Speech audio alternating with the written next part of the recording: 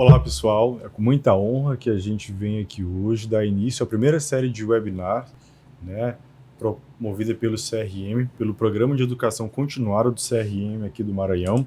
E nós vamos começar com um tema bastante polêmico e bastante demandado na prática clínica diária, né, doutora Gilma? Que é o preenchimento da declaração de óbito.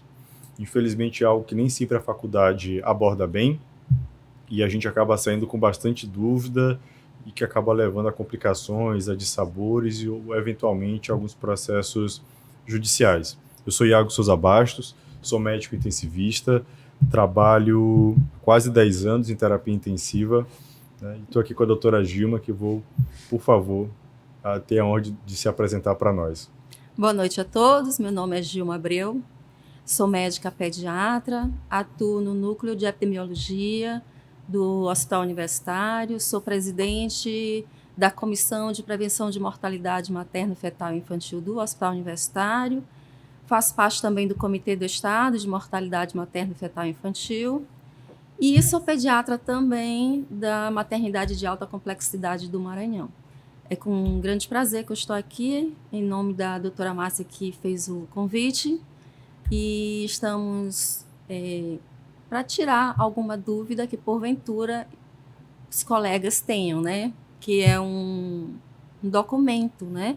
Bastante importante, em que muitos têm dúvidas, e são dúvidas que vão ser geradas sempre, por mais que a gente faça NSDO, sempre terá alguma dúvida, e a gente está aqui para tentar esclarecer algumas dessas dúvidas. Doutora, eu gostaria de começar lhe perguntando, na sua experiência de vida até agora, já se deparou com algumas situações difíceis para preenchimento de declaração de óbito, ou dúvidas suas, ou mesmo ter se deparado com declarações de óbito preenchidas por colegas que poderiam ter gerado um problema mais grave?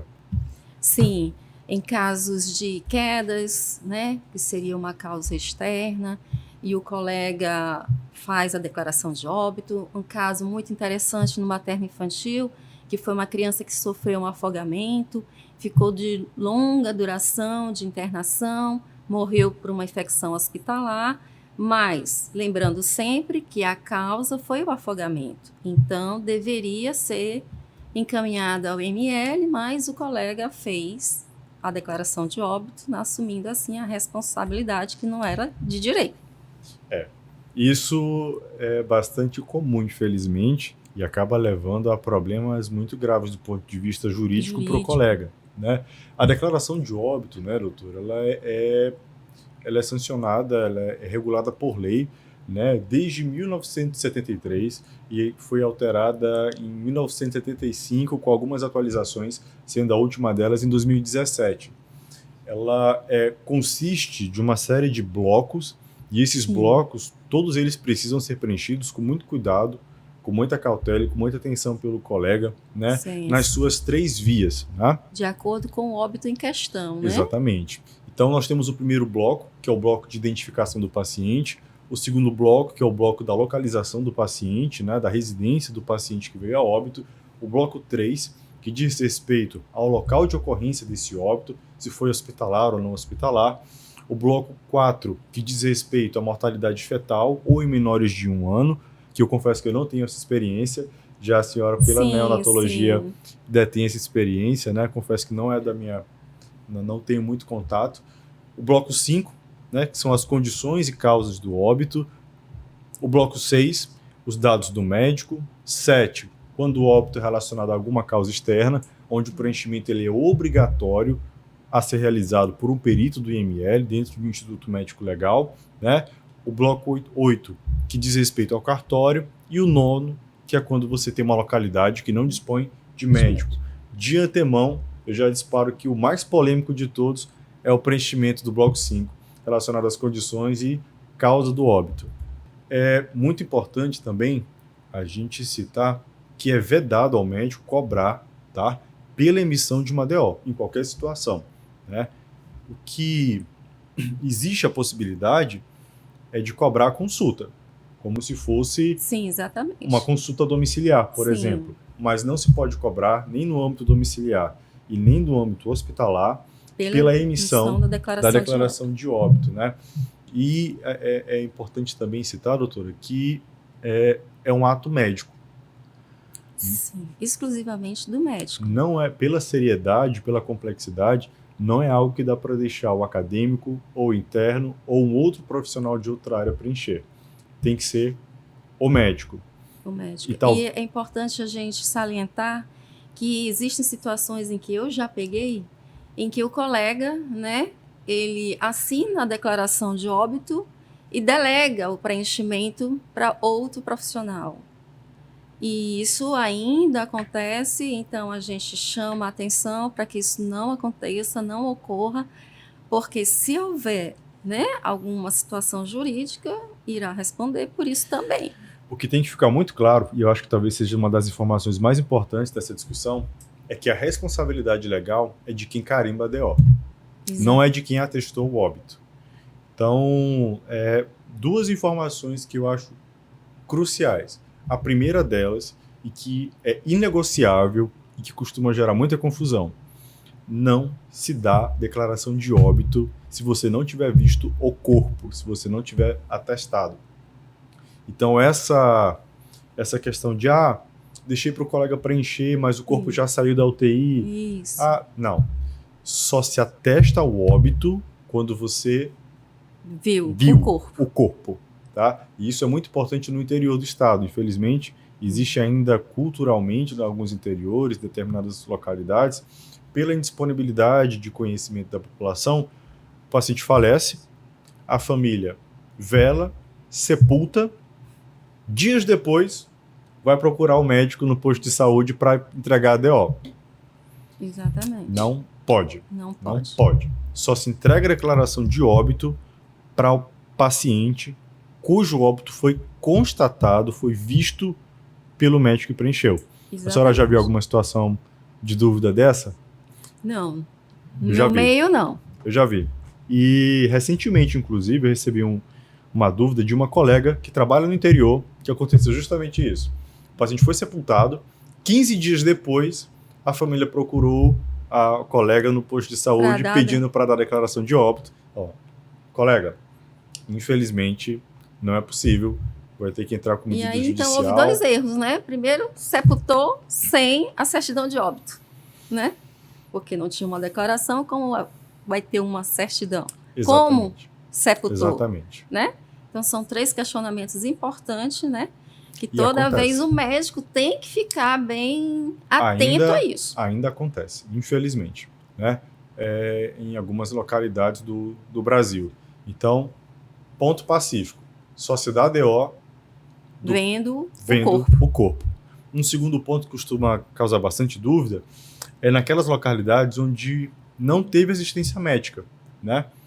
Nesse caso, eu posso emitir a DO, mas eu preciso constatar. Por exemplo, no interior, ou mesmo na capital, em determinada situação, o paciente faleceu em casa, você detém um prontuário, detém um conhecimento plausível a respeito da causa do óbito, ou seja, o colega não tem dúvida de qual foi a causa do óbito, era um paciente cardiopata, coronariopata avançado, já se sabia do tratamento da evolução da doença e faleceu em casa.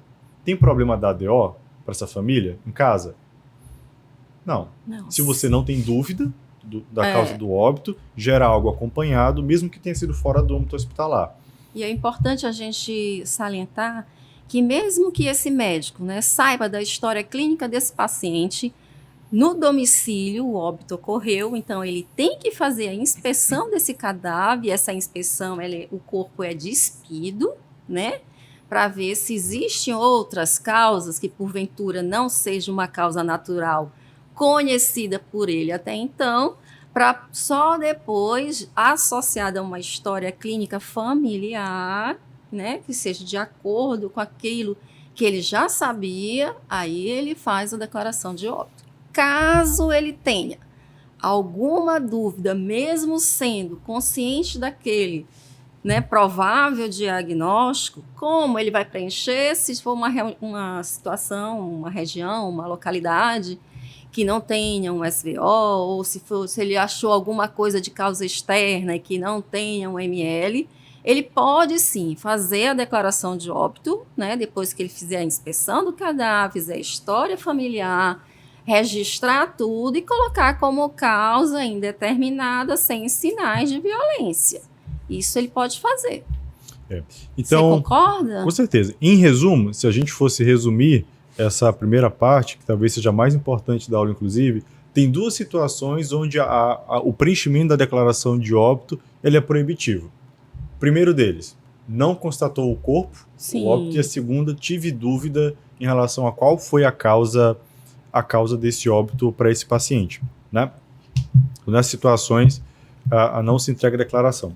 Uma outra dúvida que costuma aparecer, doutor, é em relação à declaração em branco ou com partes dela em branco. Ou seja, não dá. Já viu? Eu já vi.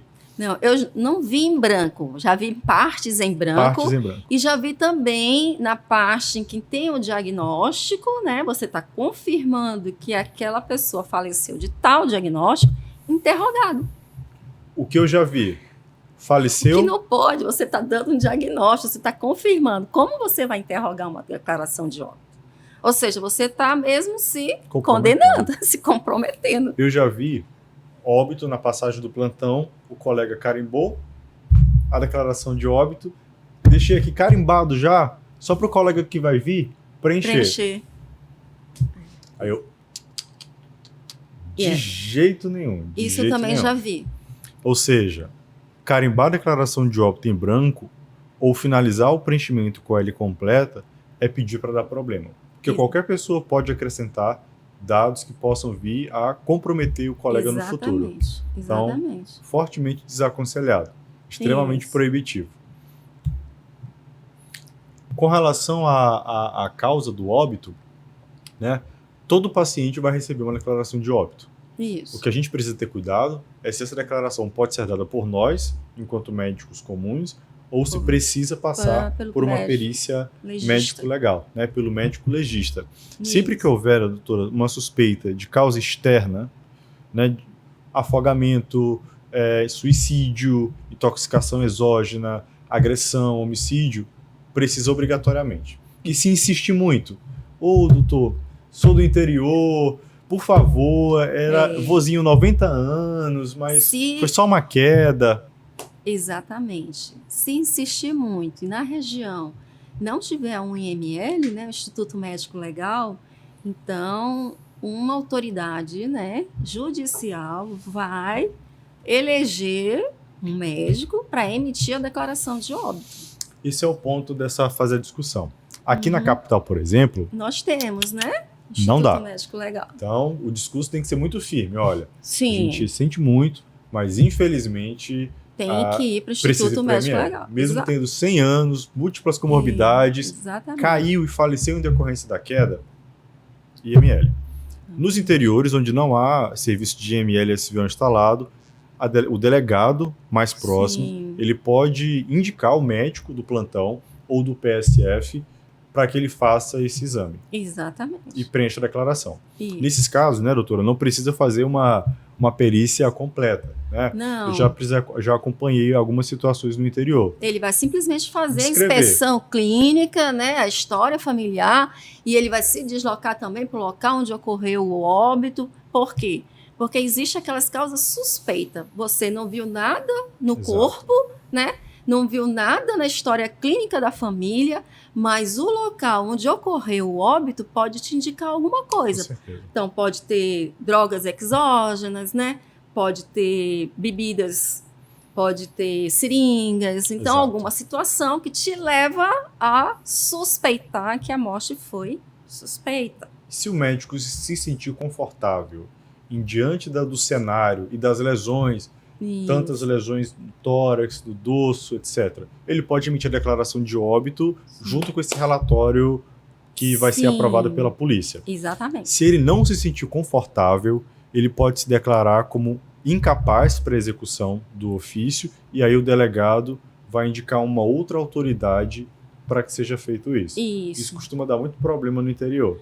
Também existem algumas situações em que um médico pode se negar, né? Eu não sei de que foi, ele pode ter se drogado e eu não vi, ele pode ter sofrido um envenenamento e eu não vi, não tem como eu confirmar. Eu posso me negar?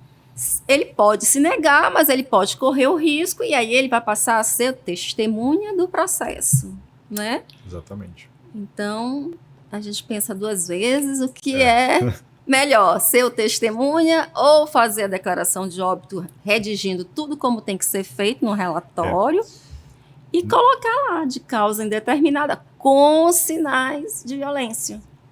Por quê? Vamos supor que em alguma ocasião, depois de um ano, a família... Não, eu acho que ele foi envenenado. Né? O delegado solicita a exumação do corpo. Como vai ficar a situação do médico que colocou lá como causa indeterminada? Se o nosso colega colocou lá como causa indeterminada, mas fez toda a descrição que deveria, não vai acontecer nada com ele, porque era o que ele tinha no momento para fazer. Agora, se ele simplesmente preencheu, emitiu uma declaração de óbito, mas não escreveu nada, não tem nenhum relatório, nada, então ele se complicou porque o juiz pode entender, né, que ele atrapalhou o processo de investigação. Foi cúmplice. Nessa situação, o que eu recomendo, não sei se é a mesma opinião da senhora, mas o que eu recomendaria, se o delegado no interior, onde não há serviço do IML, te imbui dessa autoridade, te investe dessa autoridade, faça a melhor descrição possível, examine o paciente, descreva as lesões, tatuagem, cicatrizes, a causa provável do óbito e pode emitir, sem problema nenhum. Se não houver uma lesão externa identificada, você pode colocar como óbito de causa indeterminada, morte de causa indeterminada, sem interrogar. Sem interrogar, morte de causa acrescentando que foi sem sinais visíveis de violência. Fazendo relatório. Fazendo relatório. Descrevendo todo o quadro clínico do paciente, como foi encontrado, suspeita, mas pode colocar morte de causa indeterminada. Exatamente. Isso vai ser lavrado com a autoridade policial e te respalda de um eventual processo no futuro. Eu acho que a melhor forma de conduzir é melhor do que se negar a fazer. Exatamente, senão se negou, vira... Dá mais problema, vira testemunha do processo. Então, resumindo, doutora, quando a gente tem uma morte de causa natural, com assistência médica prestada, aí o médico assistente ou o médico substituto do plantão, por exemplo, ele pode preencher sem problema nenhum. Inclusive no PSF, no âmbito, por exemplo, dos interiores, se é o médico que acompanha aquele núcleo familiar daquela circunscrição, ele conhece o paciente, tem prontuário, isso. E não é um óbito não esperado, ele pode constatar o óbito no domicílio e emitir a declaração. Quando esse óbito não teve assistência médica, aí o mais recomendado é que se envie para o serviço de verificação de óbito, né? Para o SVO. Caso não haja SVO, a autoridade policial pode investir o médico dessa função, que deve proceder da mesma forma e pode emitir a declaração, ou mesmo colocar como morte de causa indeterminada, mas preenchendo também um relatório anexando em prontuário desse paciente. Quando nós lidamos com causa externa, suspeita ou confirmada em relação à causa não natural, fica um pouco mais difícil. O ideal é que passe médico legal mesmo, né? E se não tiver IML naquela localidade, segue o mesmo trâmite. A autoridade policial pode te investir dessa função, faça o melhor relatório possível, a melhor DO possível, e você fica respaldado. Quando não, faça o melhor relatório possível e coloque como causa indeterminada. Por exemplo, nas tentativas de suicídio, suspeitas ou intoxicação exógena, onde você não consegue identificar uma lesão externa aparente, mas descreva toda a situação em que você encontrou, né, aquele paciente, o corpo, né, para poder te respaldar. Em relação a o que não se deve, né? Quando não se deve emitir a DO, né? Na verdade, era um outro ponto polêmico, né, que é em relação a erro de preenchimento. Preenchi minha declaração de óbito hoje de manhã, errei a data de nascimento, errei o nome do pai e da mãe, a família chega de noite, identificou, veio de noite, a senhora estava no plantão. E aí, o que é correto? A senhora, de muito boa vontade, vai lá e transcreve uma nova sem ter visto o corpo, ou chama o colega que cometeu a falha para ele voltar e corrigir o erro? O ideal seria chamar o colega que cometeu a falha e corrigir o erro. Né? Exatamente. Mas em situações em que esse colega não pode realmente, ou ele já saiu do hospital, não trabalha mais no hospital, né? Por alguma razão, ele não se encontra mais no estabelecimento onde ele trabalhava, outra pessoa, né, do hospital, que pode ser delegado pelo diretor do hospital, ou até mesmo o próprio diretor, se ele for médico, ele pode fazer a declaração de óbito, só que ele vai assinar como substituto e não como assistente. De posse de um prontuário que respalde ele. Sim, né? Exatamente. Então, sempre escrevam tudo que tiver no prontuário, porque a defesa do médico é o que está no prontuário. Então, nesses casos, eu sempre perturbo o colega para voltar. Ó, querido, volta, deu ruim, vamos preencher aqui, volta para preencher. Se por algum motivo não é possível, de nenhuma forma, eu aciono a diretoria do hospital, diretoria técnica, Exatamente. que é obrigatoriamente médico, e a responsabilidade é dele. Ele pode conversar com o colega e pedir para preencher, mas desde que seja sob a anuência dele e de posse do prontuário, atestando que o óbito foi atestado, constatado, Sim. o horário e todas as informações pertinentes. Quantas vias nós temos da DO? Quantas vias a gente tem que preencher? São 3 vias autocopiativas. Uma via branca, que vai para a secretaria do município, uma via amarela, que fica com a família para ir para o cartório para fazer a certidão, e uma terceira via cor-de-rosa, que pode ficar no prontuário do paciente. Na verdade, deve ficar no prontuário do paciente. O que eu já vi? De madrugada, a família vem buscar a informação, recebe a DO, colega ou alguém da UTI do serviço entrega as 3 vias para a família. Ó, leva lá no serviço social que eles vão te destacar a via e vão te orientar. Casa com as 3 vias. Já vi isso acontecer. Então tem que ter muito cuidado de, ao preencher, idealmente sempre ter alguém para orientar essa família em relação aos trâmites, normalmente é o serviço social que faz esse acompanhamento, ou algum outro profissional deliberado para isso, mas nunca entregar as 3 vias para a família. Se tiver que entregar alguma coisa para a família, já entrega só a via amarela destacada, Exatamente. deixando as outras 2 vias no prontuário, que o próprio SAMI do hospital vai fazer o trabalho de distinguir as vias que vão para a secretaria e a via que vai para o prontuário. Mas nunca entregar as 3 vias para o acompanhante, né? Quando a gente Uma coisa assim que é importante também a gente falar, porque já ocorreu algumas vezes, do colega, né, errar algum dado do preenchimento da declaração de óbito e inadvertidamente rasgar, né, amassar, jogar fora e pedir um outro conjunto de declaração de óbito. Isso pode fazer? Não, isso não pode fazer. A declaração de óbito é um documento que tem uma sequência numérica, né, de controle do Ministério da Saúde. Então, se você errou, você cancela, deixa lá de ladinho e pega um outro conjunto de DO e preenche. Mas não pode jogar fora. E se isso acontecer, o que a gente deve fazer? Tem que fazer um boletim de ocorrência, né, comunicando o ocorrido. Por quê? Porque a Secretaria de Saúde, né, vai perguntar onde é que está aquela declaração de óbito, porque o Ministério está cobrando, e aí o serviço vai dizer o quê? E cobra mesmo. Cobra mesmo. Cobra mesmo. Cobra. E tá certo. Exato. E tá certo. Uma situação, doutora, paciente faleceu no interior de causa natural e não tem médico. Não tem médico para dar ali naquela circunscrição. Sim. Quem entrega é o cartório. Né? Nessas circunstâncias, o cartório, né? Isso, o próprio cartório. Ele pode fazer, mas também a Secretaria Municipal pode indicar alguém, né, para fazer. Por quê? Porque tem cartório que não se sente seguro para fazer isso, embora esteja lá no manual que ele pode fazer. Até padre. Né? Pois é. Lá no manual, até padre pode ser investido como autoridade naquela circunscrição. Atualmente, eu acho que é mais fácil, mais comum chamar mesmo alguém por intermédio da Secretaria Municipal de Saúde.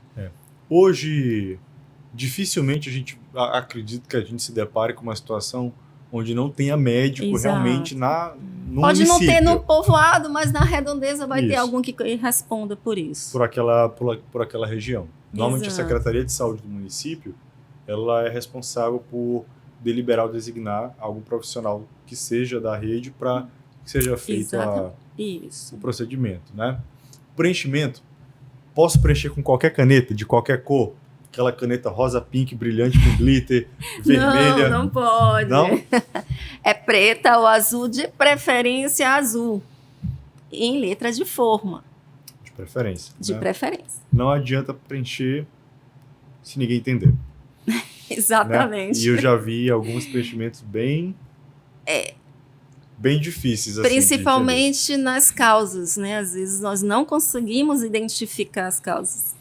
Um outro ponto polêmico, né, além da questão da caneta e da letra, rasurei. Poxa, errei aqui, em vez de 2009, coloquei 2007. E aí? Posso escrever lá no cantinho da DO? Não. Leia-se. Onde lê-se? A partir de 2020, né, por uma solicitação da Corregedoria do Estado de Pernambuco, junto com a Corregedoria Nacional de Justiça, solicitou, né, devido a algumas tentativas de fraudes lá com relação às ressalvas. Então, desde então e até hoje, não se admite fazer ressalvas. Mas Uma no vez manual... No manual diz, porque o manual é de 2017. Não, o mais atual é de 2022, eu acho. O do Ministério da Saúde. Do Ministério da Saúde. Que não atualizou ainda, então, com a resolução. Não atualizou. Porque isso foi na época da pandemia, mais ou menos, entendeu? Que houve essa questão em Pernambuco. Então, devido às ressalvas, veio muitas suspeitas de possibilidade de fraude. Ele solicitou isso. Correto. A última lei relacionada ao preenchimento da declaração é de 2017, mas o manual é recente mesmo.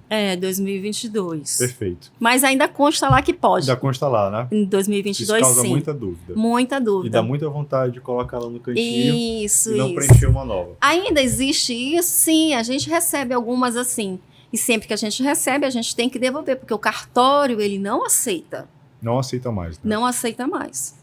Perfeito. Pelo menos até o dia de hoje. E se eu tiver um campo em branco? Por exemplo, só tenho o registro materno na certidão de nascimento, não tenho o registro paterno e acabou falecendo.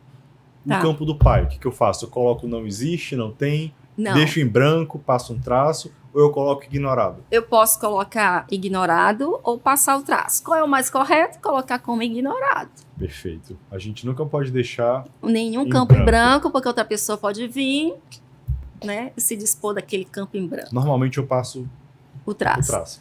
Mas o mais correto é colocar ignorado. Né? Quando a gente preenche aquela primeira parte, doutora, a parte da identificação, né?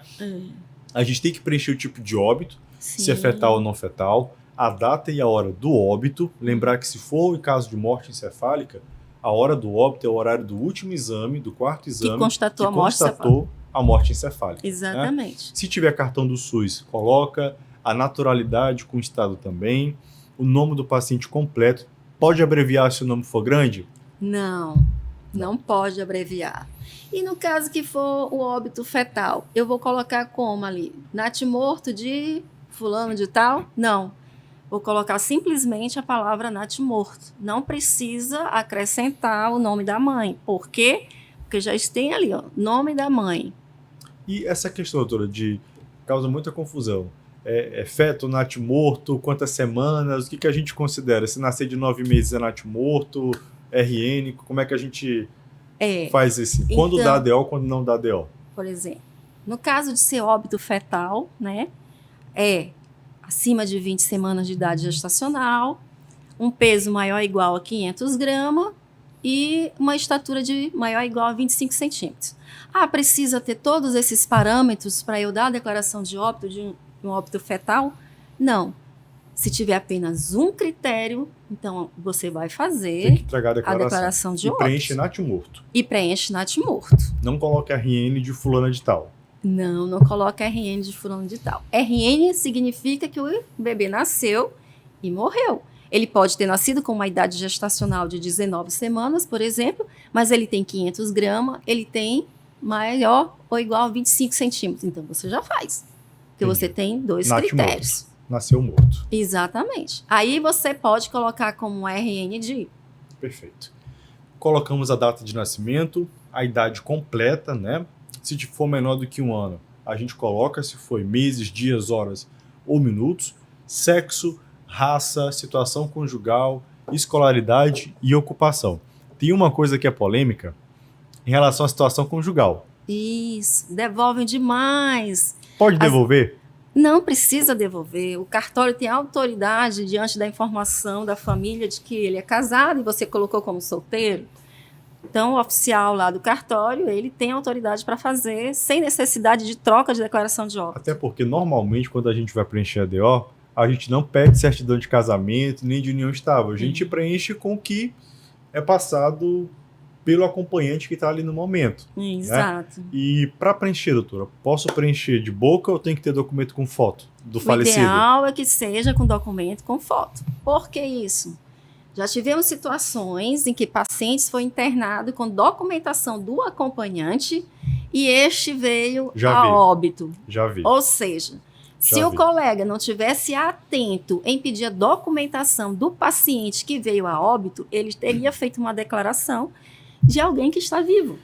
Eu já vi, ele internou o paciente internou com a documentação do acompanhante que tinha plano de saúde.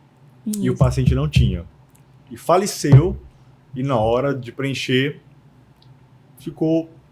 foi flagrado o problema, né? Então, sempre pedir documento com foto.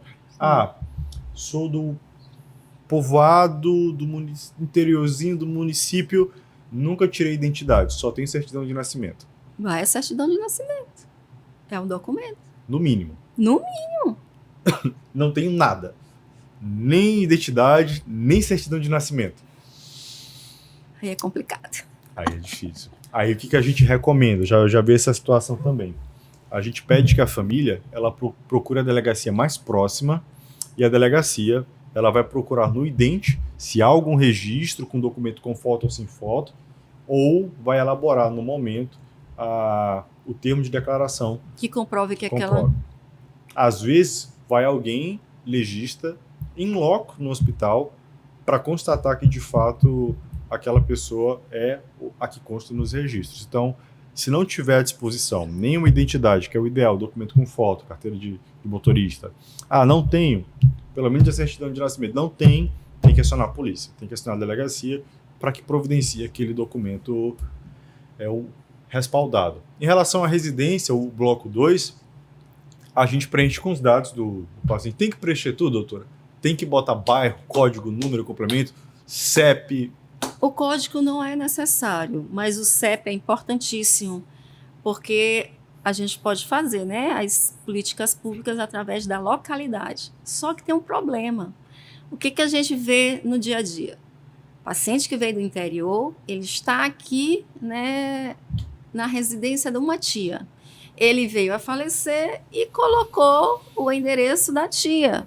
Que é o que estava registrado na entrada do paciente. Exatamente. Ou seja, é correto isso? Não, temos que ficar bem atento.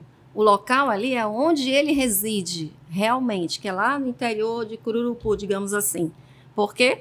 Porque o governo vai precisar do dado da epidemiologia, que tira da declaração de óbito para fazer as políticas públicas. Sobretudo nas doenças de notificação compulsória. Exatamente. Né? Doenças infectocontagiosas que vão precisar de uma política pública direcionada para aquela área. Isso. Acaba mascarando. Acaba mascarando, porque o registro está de outro Excelente local. Colocação. E a ocorrência? A ocorrência é o local onde o óbito aconteceu, né? Isso. Que é o ponto 20. A gente preenche se foi em hospital, se foi em domicílio, se foi encontrado em via pública, se foi numa aldeia indígena ou em outros.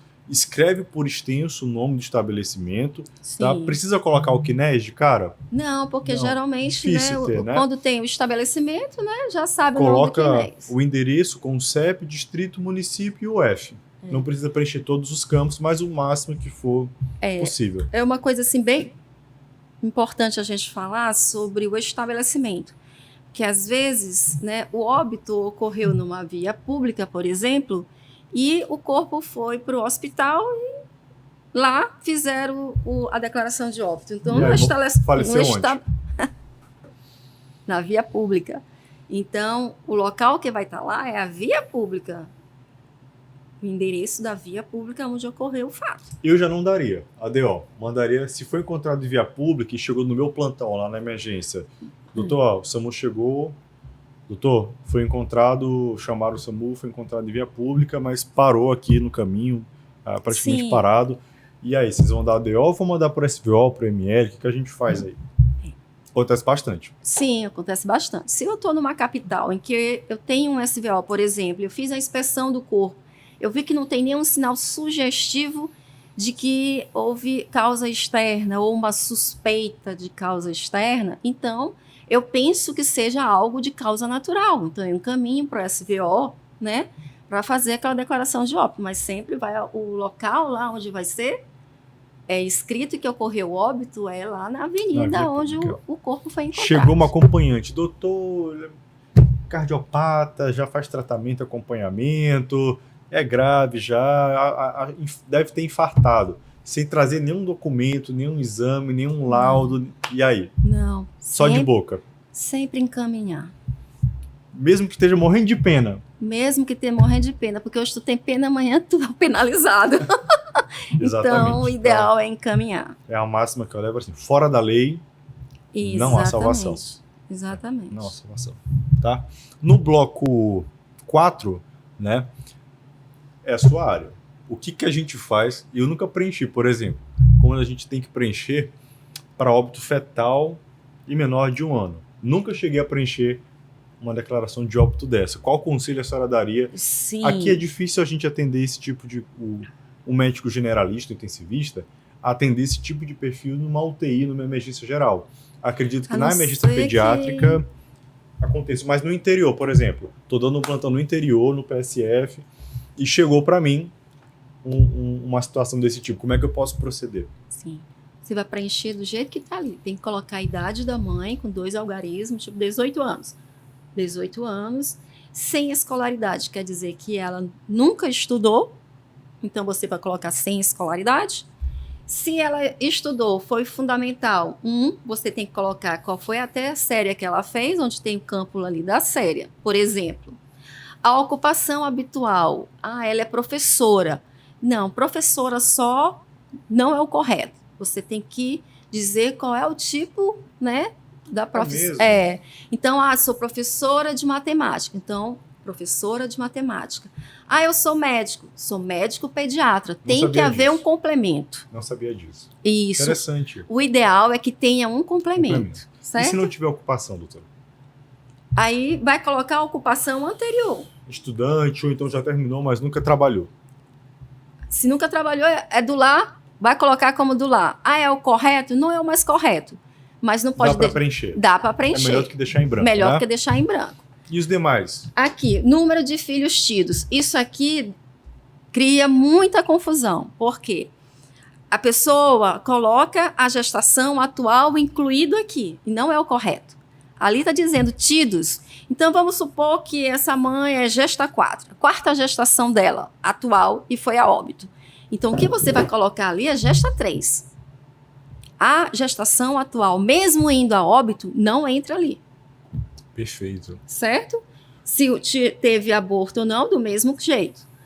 Número da semana de gestação, 20 semanas, 30 semanas, coloca ali. O tipo de gravidez, se for única, dupla ou tripla, coloca lá. O ignorado você não sabe. O tipo de parto. A morte em relação ao parto, se foi antes, durante ou depois do ignorado. O peso do nascimento e a declaração de nascido vivo. A declaração de nascido vivo para óbito fetal, não tem. Então, você passa um traço. Então, isso aqui, doutora, vale para o natimorto? Isso. E vale para aquela criança, por exemplo, lactente, que tem 11 meses. Isso. Exatamente. Ela tem uma declaração de nascido vivo. Tem que ser preenchida. Entendi. Então, até completar 1 ano, de natimorto até completar 1 ano, eu preencho nesse bloco. Exatamente. Perfeito. Bloco 5, o mais polêmico. Que dá mais problema, né? Exatamente. Que são as condições e causa do óbito, de fato, do paciente com mais de 1 ano de idade, né? Essa questão, doutora, que é o primeiro ponto que a maioria das pessoas negligenciam, nem olha. Óbito de mulher em idade fértil. Exatamente. No Brasil, mulher em idade fértil é de 10 a 49 anos. Qual é a importância disso? É a gente saber se essa mulher estava grávida. Se ela estava grávida, quando foi a óbito, vira um óbito materno e não mais uma MIF. Independente da idade gestacional. Isso, pode ser até 42, como tem ali. 42, 43 dias após, até um ano, tá? Que é o puerpério tardio, né? Então, até um ano depois da gestação ter Isso, finalizado. Exatamente. Pode ser Entendi. considerado. Agora, nunca esquecer de colocar na causa. Porque vamos supor que ela morreu de insuficiência respiratória aguda por uma pneumonia bacteriana, entendeu? Meses depois. Meses depois. Não foi mencionado que ela estava no puerpério tardio, ou seja, que ela estava, por exemplo, com 42 dias pós-gestação. Entende? O que vai acontecer? O Ministério vai entender que aquela mulher de 38 anos morreu e era uma MIF, mas na verdade não era uma MIF, era um óbito materno, porque ela ainda estava no período de puerpério tardio.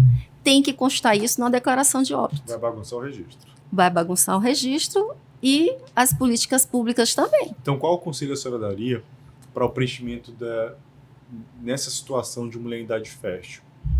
Sempre tem que pesquisar se aquela mulher estava gestante. Primeiro ou conselho, se... sempre perguntar se estava grávida no último ano. Exatamente, sempre.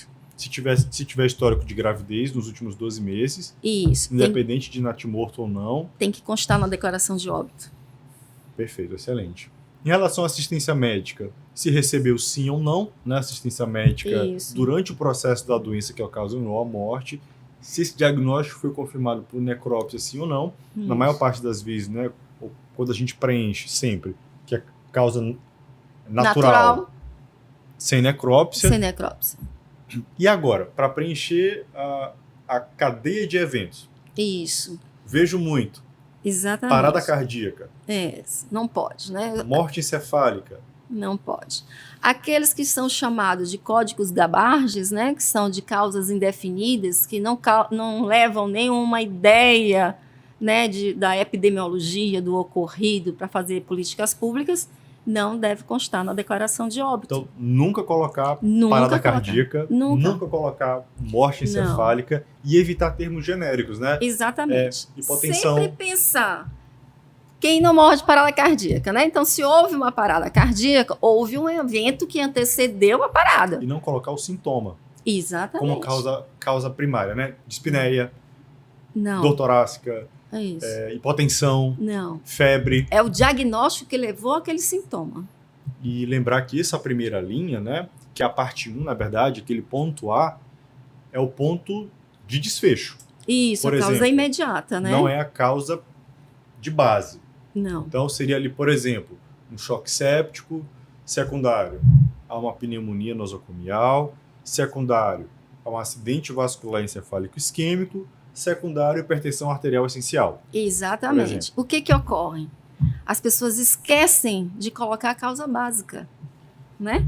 E segue choque logo... séptico, pneumonia. Exatamente, para a causa intermediária e imediata.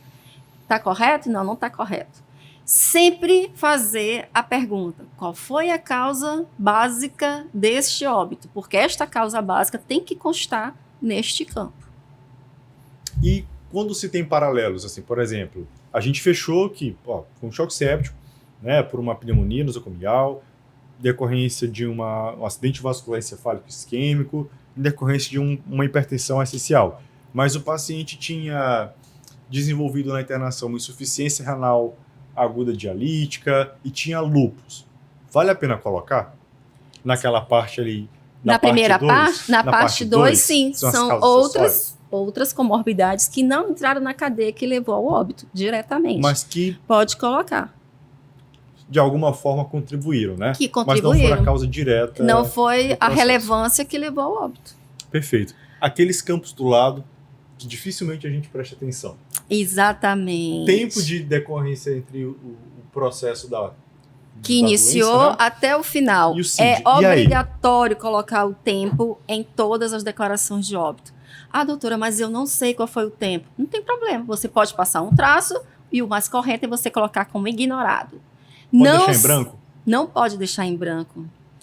E o CID? Não se preocupem com o CID. O CID não é obrigatório. Por quê? Porque existe um codificador especializado só nisso. No cartório. Na Secretaria Municipal para fazer isso. Então, o CID não é obrigatório. Mas se eu colocar está errado? Não, não está errado. Vai estar errado se você errou nas causas. Aí provavelmente estará errado. Tem problema se eu colocar o CID, baixar o aplicativo e colocar o CID, fazer tudo direitinho? Não, se tiver de acordo com a causa, não tem nenhum problema. Então, dica de ouro. Eu sou obrigado a preencher, ou pelo menos traçar o tempo. Não posso deixar em branco. Não pode deixar em branco. O CID, se eu quiser, eu posso pode deixar. O CID não é obrigatório, né? Em relação ao campo do médico, a gente preenche, né, doutor? O nome do colega, o CRM, se é o médico assistente ou substituto. A gente não preenche SVO e ML, isso fica a cargo dos legistas, né, que são direcionados para isso. Exatamente. Município do SVO ou ML de referência. O meio de contato. É da instituição onde o colega trabalha, de preferência. Não colocar o pessoal. Não colocar o pessoal. Dá problema. A data do atestado e a assinatura com a oposição do carimbo. É importante colocar o carimbo? É importante colocar o carimbo. Nas 3 vias, né? Nas 3 vias. Maravilha. Em relação a alguns exemplos, né? Ó, um exemplo inadequado. É exemplo de inversão que costuma acontecer. Colocou-se como causa de desfecho primário, né? Final. Neoplasia de cólon, metástase hepática e insuficiência hepática. Invertido. Inverteu a causa básica com a causa imediata. Né? A causa de desfecho final do óbito foi insuficiência hepática, metástase e neoplasia de cólon. Né? A mesma coisa nessa segunda situação, onde foi colocado crise hipertensiva, AVC isquêmico, pneumonia e septicemia. Invertido. Sepse, pneumonia, AVC isquêmico e a crise hipertensiva. Nesse caso cirúrgico, é importante destacar que existe a cirurgia eletiva e a cirurgia de urgência. Né? A cirurgia eletiva, quando ela complica, ela entra na cadeia de eventos. Exatamente. Porque o óbito decorreu de uma complicação relacionada àquele problema. Por exemplo, nesse caso, a gente tem uma tetralogia de Fallot. Isso. Foi submetida a uma abordagem cirúrgica eletiva, uma cirurgia cardíaca, que complicou com uma broncopneumonia e o choque séptico. Exatamente. Agora, por exemplo, o paciente internou com uma prense ectópica rota. Faleceu de choque hemorrágico. Nesse caso, seria choque hemorrágico, prense ectópica rota. Exatamente. A cirurgia, né, a laparotomia, não entraria na cadeia de eventos, porque a cirurgia foi usada para tratar uma condição emergencial. Não foi ela que complicou e culminou. Exatamente. Com o óbito. Então, sempre que houver uma cirurgia eletiva que complicou, ela entra na cadeia de eventos relacionados ao desfecho do óbito. Quando for um processo de emergência, cirurgia de emergência, não entra o procedimento cirúrgico, só a cadeia de eventos clínicos mesmo. Não é correto. Isso? As partes finais em relação às causas externas, né, que é o bloco 7, a gente não preenche. Isso. A parte 8, que é do cartório, a gente também não preenche. E a parte 9, quando houver necessidade, normalmente quando não há médico habilitado para entregar, o declarante, que é o padre, ou o cartório, ou a autoridade investida, ela assina junto com o familiar, né, e 2 testemunhas. Isso. Alguns exemplos para a gente fechar. Nesse caso, 65 anos, 35 anos de hipertensão não tratada. Há 2 meses foi detectado que ele já tinha miocardiopatia hipertensiva e com sintomas já de congestão. Ele internou hoje no pronto-socorro. Com 5 horas de internação na emergência, ele faleceu. Fez um edema agudo e faleceu.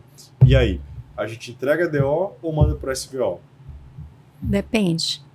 Se esse paciente já era paciente do hospital, já era conhecido. Prontuário todo registrado. Isso, você está identificando que é uma causa natural, você pode colocar assim, você pode emitir a declaração de óbito. Independente do tempo de internação dele. Independente do tempo de internação. Se ele internou agora, daqui a 3 horas falece, mas eu já tenho o histórico dele todo registrado, dos exames, as consultas, documentando a gravidade da doença, eu posso entregar sem problema nenhum. Exatamente. Perfeito. Então, como é que ficaria, por exemplo, a cadeia de eventos desse paciente?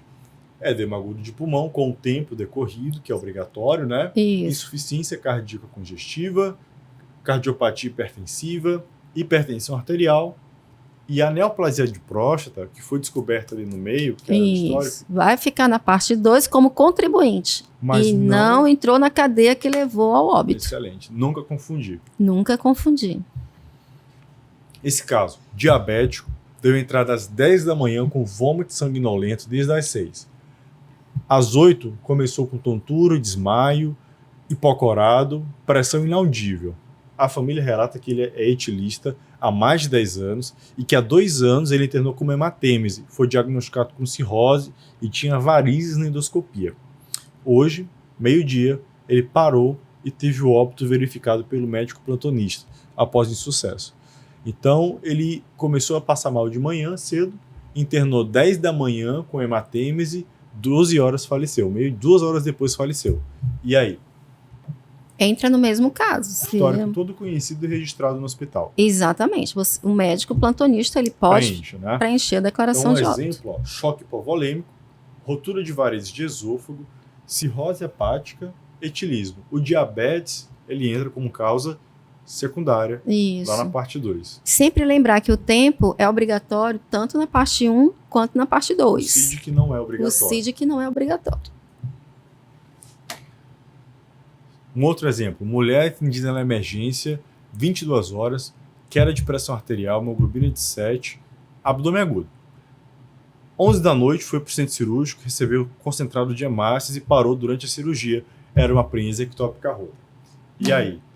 Nesse caso, a gente coloca a laparotomia na cadeia de eventos ou não? Não. Porque o óbito não foi em decorrência da cirurgia. Sim, foi da gravidez ectópica. Então, nesse caso, como é que a gente colocaria na cadeia de eventos? Né? Colocaria, por exemplo, choque hipovolêmico, hemorragia tubária, gravidez ectópica rota. A cirurgia, ela foi usada para tentar tratar aquela condição clínica. Exatamente. Caráter emergencial. Isso. Não foi responsável pelos eventos. Né? Um exemplo errado ali em cima que a gente vê é colocar parada cardíaca, insuficiência renal e choque. Isso. O paciente chegou no pronto-socorro e logo em seguida parou, reanimado sem sucesso. Sou obrigado a entregar a DO ou como é que eu posso proceder? Isso. Não tem nada registrado de histórico. Chegou, parou, e aí? Aí a gente tem algumas circunstâncias a ser analisado. Por exemplo, foi no pronto-socorro, onde existe na capital um serviço de verificação de óbito ou um serviço de ML. Para quem eu devo dirigir? Então, eu vou fazer a inspeção daquele corpo despido para ver se tem algum sinal sugestivo de causa externa, um hematoma, uma fratura, um achatamento de crânio. Não é só abrir a pupila, olhar. Isso, não. Você tem que fazer a inspeção realmente do corpo. Depois disso, você vai fazer a história clínica junto da família ou alguém o responsável que levou aquele corpo, né?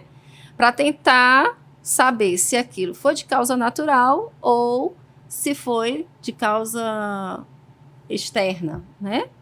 Aí leva ou para o ML se for de causa externa ou para o SBO se for de causa natural. Caso, não tem como dar o DO. Mas doutora, eu estou no local onde não tem SBO, não tem ML, o que eu faço?